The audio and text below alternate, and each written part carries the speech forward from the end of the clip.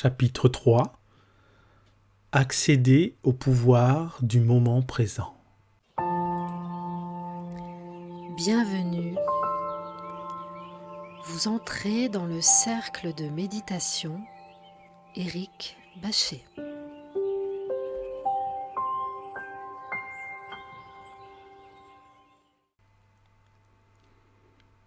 La dimension de l'intemporel introduit une autre sorte de forme d'appréhension de la réalité, qui ne tue pas l'esprit vivant en chaque créature et en chaque chose. Une appréhension de la réalité qui ne détruit pas le sacré et le mystère de la vie, mais qui exprime plutôt un profond amour et une immense révérence pour tout ce qui est. Une appréhension de la réalité dont le mental ne sait rien.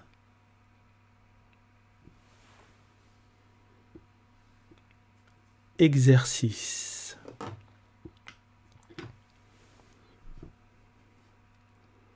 Brisez la vieille habitude qui vous fait nier le moment présent et y résister. Exercez-vous à soustraire votre attention du passé et du futur quand la nécessité ne se présente pas. Sortez de la dimension temporelle autant que vous le pouvez dans le quotidien. Si vous éprouvez de la difficulté à accéder directement à l'instant présent, exercez-vous d'abord en observant la tendance habituelle de votre mental à vouloir fuir le moment présent. Vous constaterez qu'il imagine en général le futur comme étant meilleur ou pire que le présent. Dans le premier cas, il vous donne de l'espoir et du plaisir par anticipation. Dans le deuxième cas, il crée de l'anxiété.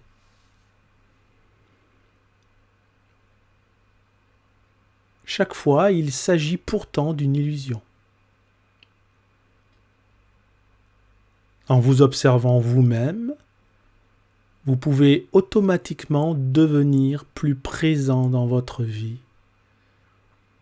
Dès l'instant où vous prenez conscience que vous n'êtes plus présent, vous l'êtes. Chaque fois que vous pouvez observer votre mental, vous n'êtes plus pris au piège. Un autre facteur est entré en jeu. Quelque chose qui n'appartient pas au mental. La présence témoin. Soyez présent en tant qu'observateur de votre mental, c'est-à-dire de vos pensées, de vos émotions et de vos réactions dans diverses situations. Accordez au moins autant d'attention à vos réactions qu'à la situation ou à la personne qui vous fait réagir. Remarquez aussi la répétitivité avec laquelle votre attention se fixe sur le passé ou le futur. Ne jugez pas et n'analysez pas ce que vous observez. Regardez la pensée. Sentez l'émotion. Surveillez la réaction. N'en faites pas une problématique. Vous sentirez alors quelque chose de plus puissant que n'importe lequel de vos sujets d'observation. La présence calme qui observe de derrière le contenu du mental, le témoin silencieux.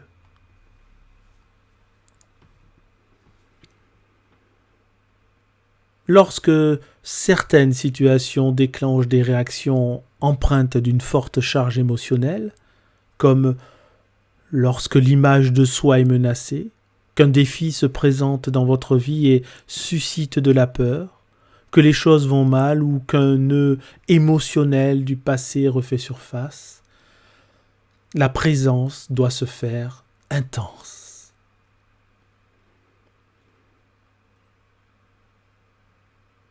Dans de telles situations, vous avez tendance à devenir inconscient. La réaction ou l'émotion prend totalement possession de vous. Vous devenez elle et agissez en fonction d'elle. Vous vous justifiez, vous accusez, vous attaquez, vous vous défendez, sauf qu'il ne s'agit pas de vous, mais du scénario réactif du mental dans son habituel mode de survie.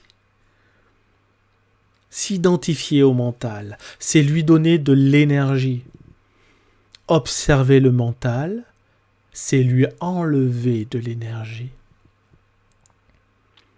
S'identifier au mental accentue la dimension temporelle. Observer le mental donne accès à la dimension intemporelle.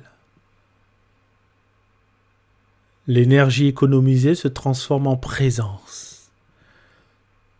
Une fois que vous savez d'expérience ce qu'est être présent signifie, il est beaucoup plus aisé de simplement choisir de sortir de la dimension temporelle chaque fois que vous n'avez pas besoin du temps pour des raisons pratiques et de plonger davantage dans le présent.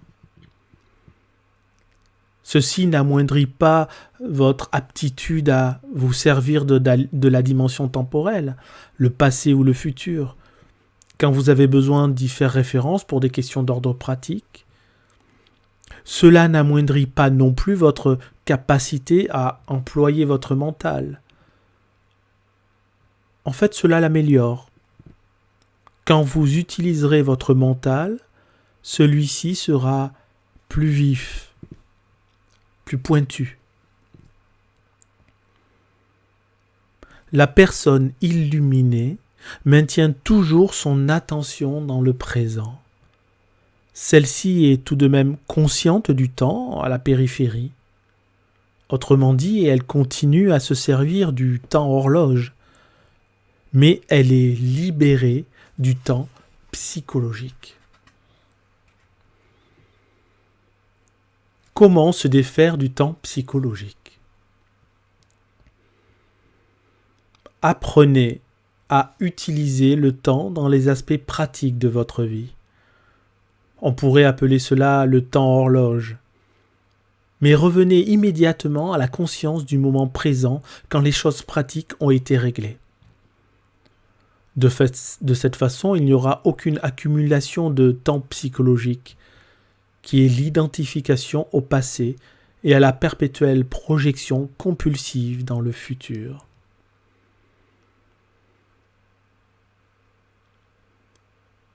Si vous vous donnez un objectif et travaillez pour l'atteindre, vous vous servez du temps horloge.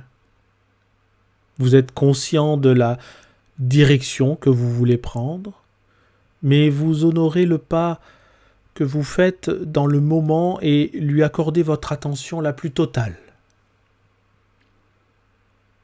Si vous devenez trop axé sur l'objectif, parce que à travers lui, vous recherchez peut-être le bonheur, la satisfaction et une certaine complétude, vous n'honorez plus le présent.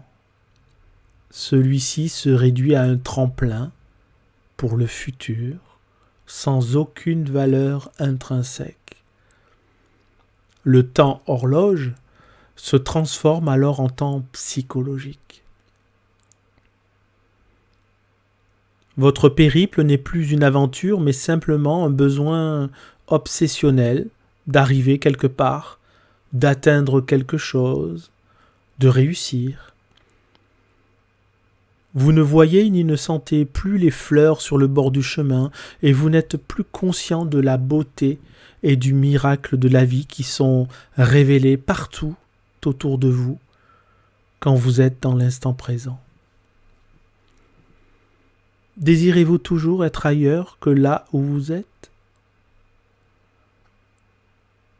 Le faire est-il pour vous seulement un moyen d'arriver à une fin ? La satisfaction doit-elle toujours être imminente ou se réduit-elle à des plaisirs de courte durée, comme le sexe, la nourriture, la boisson, les drogues, à des sensations fortes et à une certaine surexcitation? Votre objectif est-il constamment d'atteindre, de devenir et d'accomplir?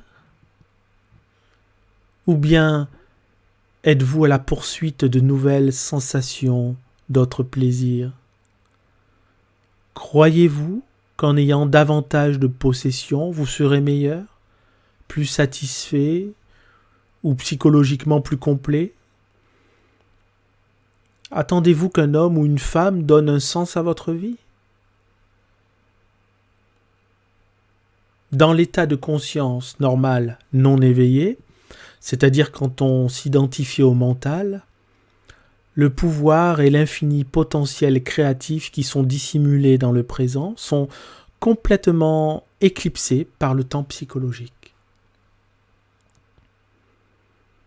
Votre vie perd alors sa vitalité, sa fraîcheur et son sens de l'émerveillement.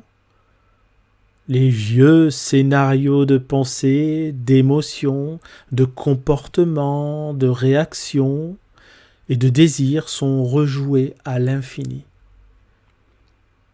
C'est là un script mental qui vous procure une sorte d'identité, mais qui en fait déforme ou dissimule la réalité qu'est le présent. Et le mental fait alors du futur une obsession pour échapper à un présent insatisfaisant. Ce que vous percevez comme le futur fait intrinsèquement partie de votre état de conscience dans le moment présent. Si votre mental traîne un lourd fardeau de passé, vous répéterez les mêmes expériences, car sans présence, le passé se perpétue de lui-même. La qualité de votre conscience dans cet instant-ci façonne votre futur, qui bien sûr ne pourra être vécu que comme le présent. Si la qualité de votre conscience à ce moment-ci détermine le futur, qu'est-ce qui détermine la qualité de votre conscience ?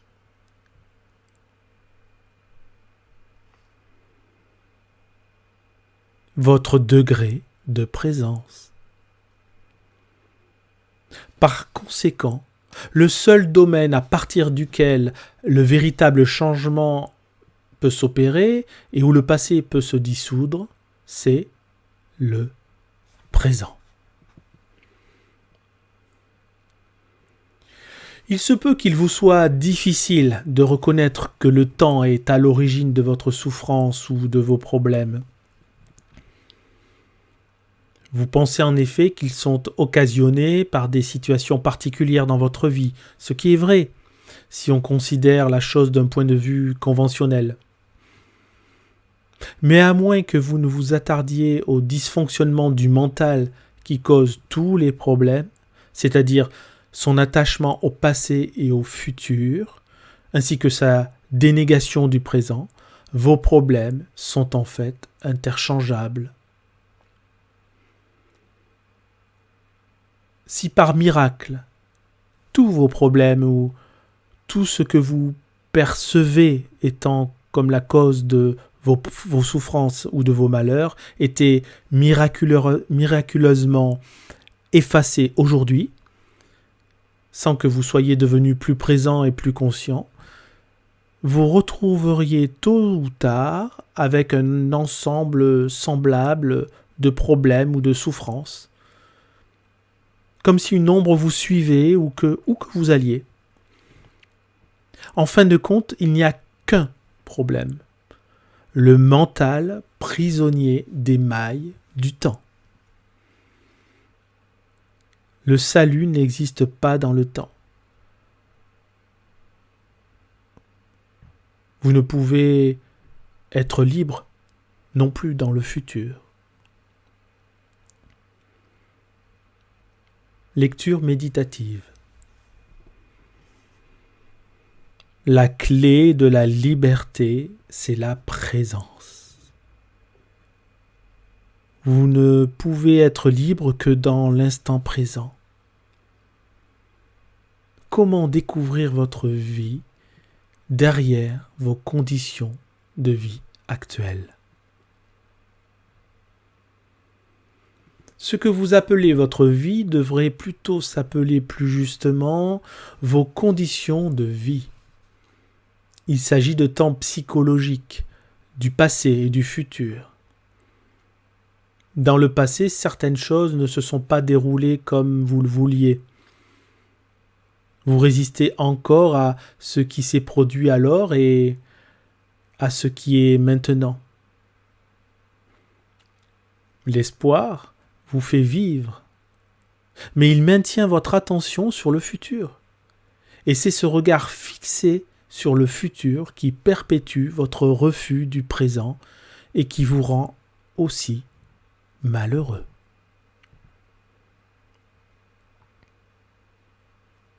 Lecture méditative. Oublions un peu vos conditions de vie pendant un instant et prêtez attention à votre vie. Vos conditions de vie existent dans un cadre intemporel, dans un cadre temporel. Votre vie, c'est l'instant présent. Vos conditions de vie sont le produit du mental. Votre vie est réelle. Trouvez le passage étroit qui vous conduit à la vie. On l'appelle l'instant présent. Ramenez votre vie au moment présent. Vos conditions de vie sont peut-être très problématiques, ce qui est le cas de la plupart des gens, mais essayez de voir si vous avez un problème en ce moment même. Pas demain ni dans 10 minutes, mais maintenant. Avez-vous un problème maintenant? Lorsque vous êtes envahi par les problèmes, il ne reste aucune place pour la nouveauté ou les solutions. Alors chaque fois que vous le pouvez, faites un peu de place à tout cela et vous trouverez votre vie qui se cache derrière vos conditions de vie. Exercice. Utilisez pleinement vos sens. Soyez véritablement là où vous êtes. Regardez autour de vous, simplement, sans interpréter. Voyez la lumière, les formes, les couleurs, les textures. Soyez conscient de la présence silencieuse de chaque objet, de l'espace qui permet à chaque chose d'être. Écoutez les bruits sans les juger. Entendez le silence qui les anime. Touchez quelque chose, n'importe quoi, et sentez et reconnaissez son essence. Observez le rythme de votre respiration. Sentez l'air qui entre et qui sort de vos poumons. Sentez l'énergie de vie qui circule dans votre corps. Laissez chaque chose être, au-dedans comme au-dehors. Reconnaissez en chaque chose son être là, plongé totalement dans le présent. De la sorte, vous laissez derrière vous le monde assourdissant de l'abstraction mentale, du temps. Vous sortez de la folie de ce mental qui vous dépouille de votre énergie vitale et qui empoisonne et détruit la terre. Vous sortez du rêve qu'est le temps pour arriver dans le présent. Tous les problèmes sont des illusions mentales. Exercice. Fixez votre attention sur le présent et dites-moi quel est votre problème maintenant. Maintenant. Je n'obtiens aucune réponse de votre part parce qu'il est impossible d'avoir un problème lorsque votre attention est totalement dans le présent. Une situation a besoin d'être acceptée telle qu'elle ou d'être solutionnée. Bon, pourquoi en faire un problème ? Pourquoi faire de quoi que ce soit un problème ? La vie ne vous met-elle pas suffisamment au défi comme ça ? À quoi vous servent les difficultés ? Inconsciemment, le mental les adore, parce qu'elles vous confèrent, disons, une sorte d'identité. Ceci est la norme, mais c'est de la folie. Avoir un problème veut dire que vous appesantissez mentalement sur une situation sans qu'il y ait une véritable intention ou possibilité de passer immédiatement à l'action et que vous l'assimilez au sens que vous avez de votre identité personnelle. Vous êtes tellement pris par vos conditions de vie que vous perdez le sens même de votre vie, de votre être. Ou bien vous entretenez mentalement le fardeau malsain de la centaine de choses que vous ferez peut-être ou pas dans le futur, au lieu de fixer votre attention sur la chose que vous pouvez faire maintenant.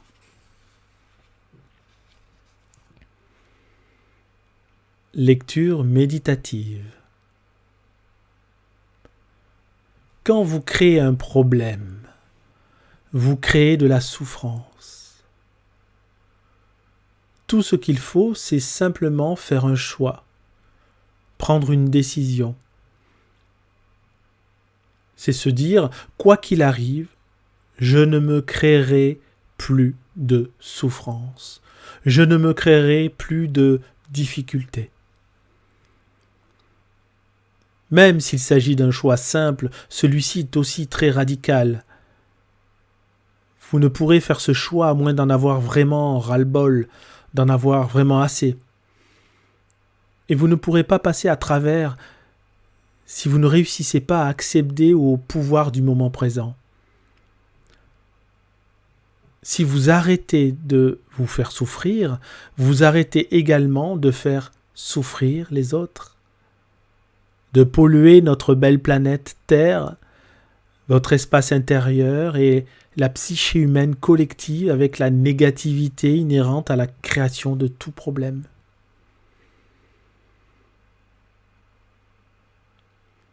Si vous vous êtes déjà trouvé dans une situation de vie ou de mort, vous savez que celle-ci n'était pas un problème.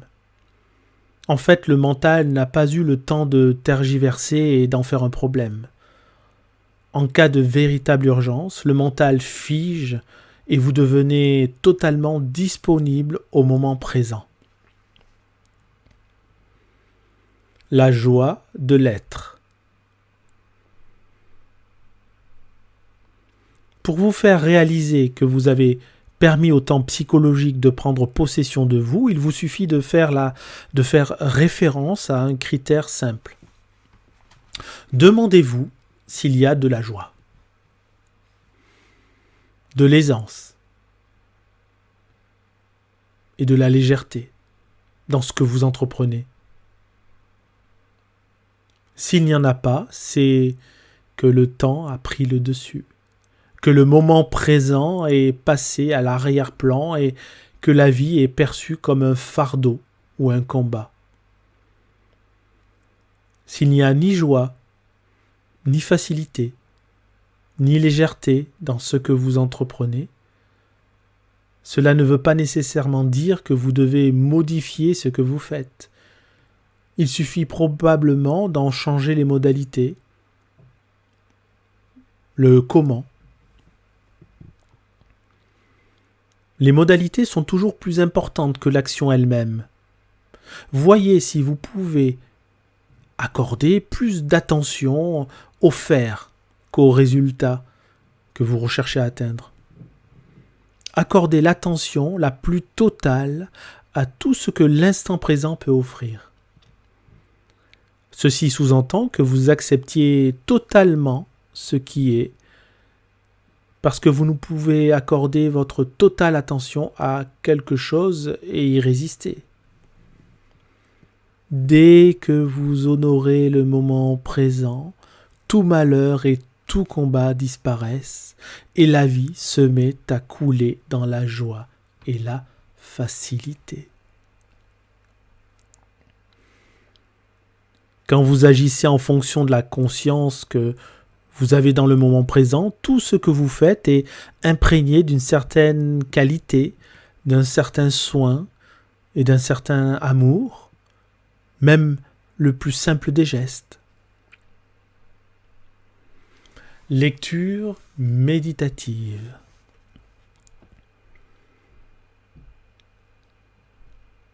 Ne vous préoccupez pas des résultats de vos actions. Accordez simplement votre attention à l'action elle-même. Le résultat arrivera de lui-même. Ceci est un exercice spirituel puissant. Lorsque la compulsion à fuir le présent cesse, la joie de l'être afflue dans tout ce que vous entreprenez. Dès l'instant où votre attention se tourne vers le présent, vous sentez une présence, un calme, une paix en vous. Vous ne dépendez plus du futur pour vous sentir satisfait ou comblé. Vous n'attendez plus de lui le salut. Par conséquent, vous n'êtes plus attaché au résultat. Ni l'échec, ni le succès n'ont plus le pouvoir de modifier votre état intérieur, votre être.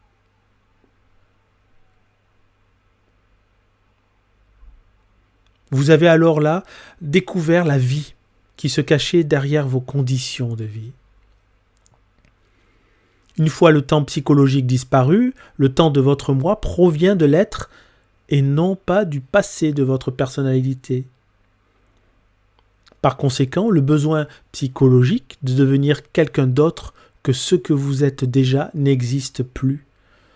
Dans le monde extérieur, sur le plan de vos conditions de vie, vous pouvez bien sûr devenir quelqu'un de riche et d'érudit qui a réussi et qui s'est libéré de ceci ou de cela.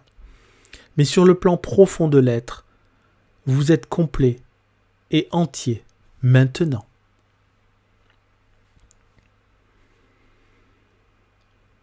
La conscience intemporelle. Lorsque chaque cellule de votre corps est tellement présente que vous y sentez vibrer la vie et que chaque instant vous la ressentez comme la joie d'être, on peut dire alors que vous êtes libéré du temps. Être libéré du temps, c'est psychologiquement ne plus avoir besoin du passé pour assumer votre identité, ni du futur pour vivre votre plénitude. Vous ne pouvez imaginer transformation plus profonde de la conscience. Lecture méditative.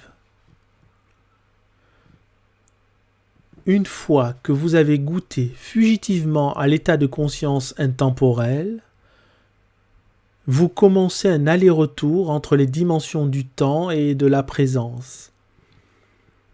Vous prenez d'abord conscience du fait que votre attention est rarement dans l'instant présent. Et de savoir que vous n'êtes pas présent constitue déjà une grande réussite.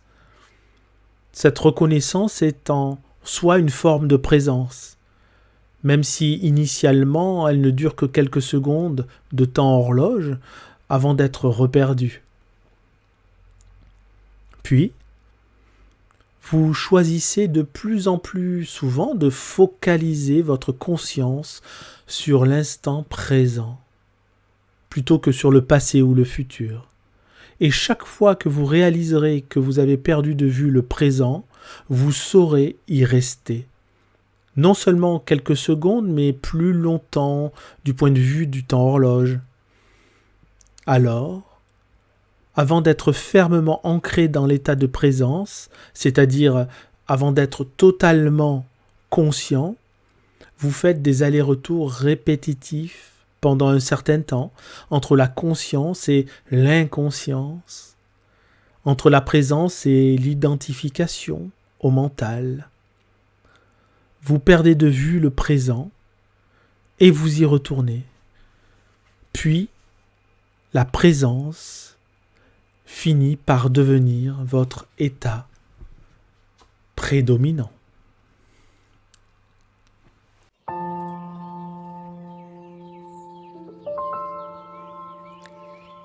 À présent, vous sortez du cercle de méditation et son énergie vous accompagne.